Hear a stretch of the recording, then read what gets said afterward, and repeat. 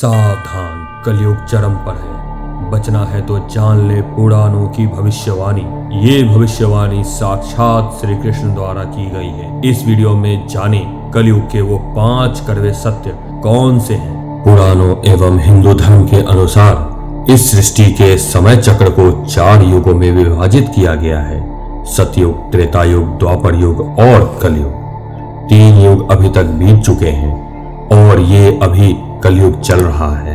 हर एक युग के अंत में भगवान किसी न किसी रूप में पृथ्वी लोक पर अवतरित होकर संपूर्ण सृष्टि का कल्याण कर। भगवान विष्णु ने सतयुग में भगवान नरसिंह, वराह, वामन के रूप में, त्रेता युग में भगवान श्री राम के रूप में और द्वापर युग में भगवान कृष्ण के रूप में अवतरित होकर मानव जाति के उद्धार के लिए पृथ्वी लोक से समस्त पापियों एवं असुरों का विनाश करके पुनः धर्म की स्थापना की थी। हर युग में भगवान विष्णु ने अलग अलग अवतार लेकर लोगों को ज्ञान और मर्यादा का पाठ पढ़ाया है। ठीक उसी प्रकार कलयुग के अंत में भी श्री हरि विष्णु के कल्कि अवतार के अवतरित होने का वर्णन पुराणों में मिलता है।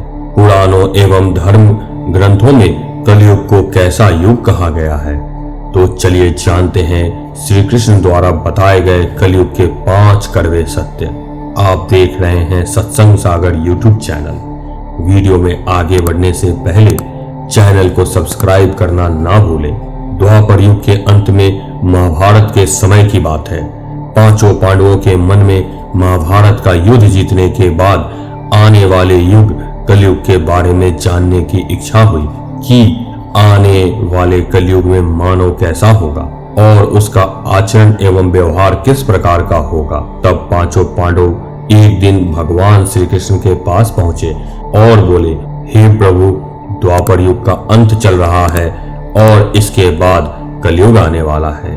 हमारे मन में आने वाले कलयुग के बारे में जानने की इच्छा हो रही है, तो हम सभी पर कृपा करके बताइए कि आने वाला युग मानव जाति के लिए कैसा रहेगा और इस युग में मानवों का आचरण कैसा होगा। तब भगवान श्री कृष्ण ने 5 पांडवों को अलग अलग दिशाओं में जाने को कहा। साथ ही ये भी कहा कि आप लोग जो कुछ भी वहां देखो उसे मेरे पास आकर विस्तार में बताना, मैं तुम्हें उसका प्रभाव बताऊंगा। तब श्री कृष्ण की बात सुनकर 5 पांडवों अलग अलग दिशाओं में भ्रमण के लिए चले गए और कुछ समय बाद वापस आकर एक एक कर 5 भाइयों ने वन में जो देखा था वो भगवान श्री कृष्ण को बताया। सबसे पहले युधिष्ठिर जिस दिशा में गए थे वहां उन्होंने 2 सूंड वाला हाथी देखा।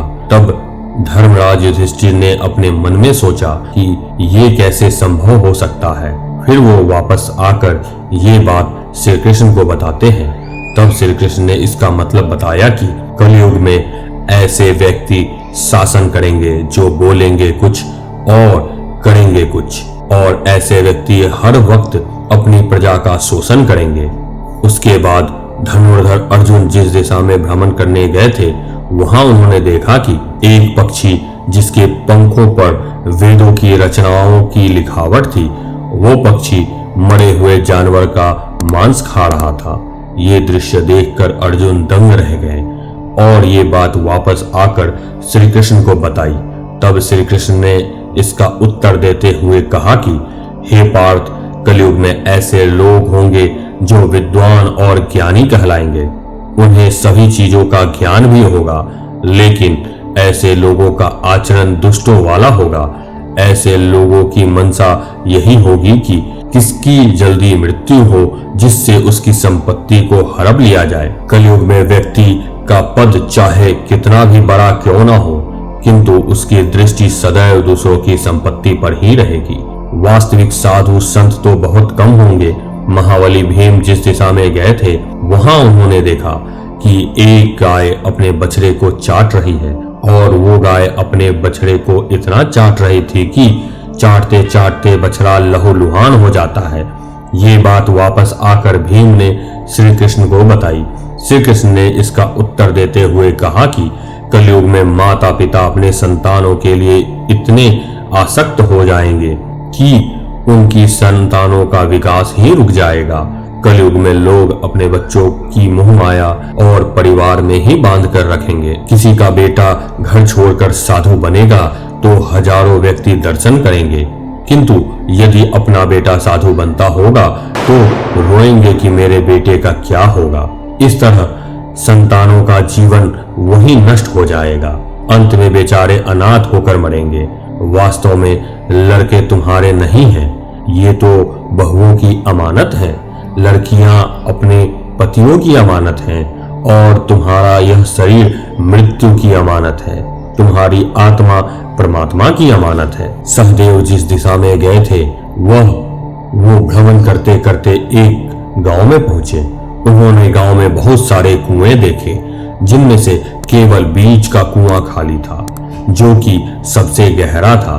कृष्ण ने सहदेव को इसका अर्थ बताते हुए कहा, कलयुग में धनी व्यक्ति लड़के लड़की के विवाह में, मकान के उत्सव में, छोटे बड़े उत्सवों में तो लाखों रुपए खर्च कर देंगे, परंतु पड़ोस में ही यदि कोई भूखा प्यासा होगा तो यह नहीं देखेंगे कि उसका पेट भरा है या नहीं। किसी भूखे की सहायता करने में किसी की कोई रुचि नहीं होगी। भौतिक इंद्रियों की संतुष्टि, मदिरापान, मांस भक्षण और व्यसन में धन खर्च किया जाएगा, किंतु किसी के दो आंसू पोंछने में उनकी रुचि न होगी। और जिनकी रुचि होगी, जो लोग ऐसी आदतों से दूर होंगे, उन पर कलयुग का प्रभाव नहीं होगा, उन पर परमात्मा का प्रभाव होगा।